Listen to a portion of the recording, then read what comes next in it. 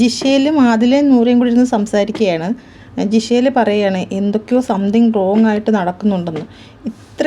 ഇത്രയും നേരവും ആര്യനായിരുന്നു ഭയങ്കര ടെൻഷൻ, പക്ഷേ ഇപ്പം ജിഷേലിനാണ് ടെൻഷൻ.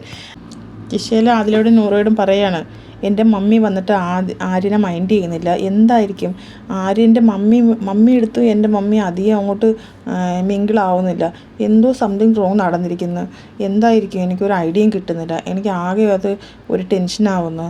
മമ്മി എടുത്ത് ചോദിച്ചിട്ട് മമ്മി ഒന്നും പറയുന്നുമില്ല, എന്തോ കാര്യം ഉണ്ടെന്ന് ജിഷേൽ പറയുന്നു. മമ്മി എന്തായിരിക്കും അങ്ങനെ ആര്യൻ്റെ മമ്മിയോട് പോലും മിണ്ടാത്തത്, ഒന്നും ഒരു അടുപ്പവും കാണിക്കുന്നില്ല എന്ന് പറയുന്നു.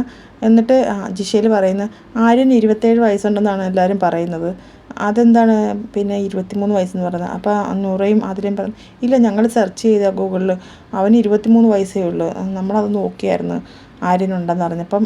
അന്നേരം ജിഷേൽ പറയുന്നു, അല്ല എന്നോട് ഒനിയിലൊക്കെ പറഞ്ഞായിരുന്നു അവന് 27 വയസ്സാണെന്ന്, അവന് 27 വയസ്സൊന്നുമില്ല, അവന് 23 വയസ്സേ ഉള്ളെന്ന് പറയുന്നു. എന്താണെന്ന് അറിയത്തില്ല. ജിഷേൽ ആകെ ടെൻഷനിലാണ്. ജിഷേലിന് മമ്മിയോട് ചോദിക്കാനും പറ്റുന്നില്ല, ചോദിച്ചിട്ട് മമ്മിയോട്ട് പറയുന്നുമില്ല, ആകെ വെപ്രാളം കയറിയിരിക്കുകയായിരിക്കും. എന്തായിരിക്കും മമ്മി അവരോട് മിണ്ടാത്ത സംസാരിക്കാത്ത, അതാണ് ഇപ്പോൾ ലൈവിൽ നടക്കുന്ന ചർച്ച. എന്തായാലും അടുത്തൊരു അപ്ഡേറ്റുമായിട്ട് ഞാൻ വീണ്ടും വരാം.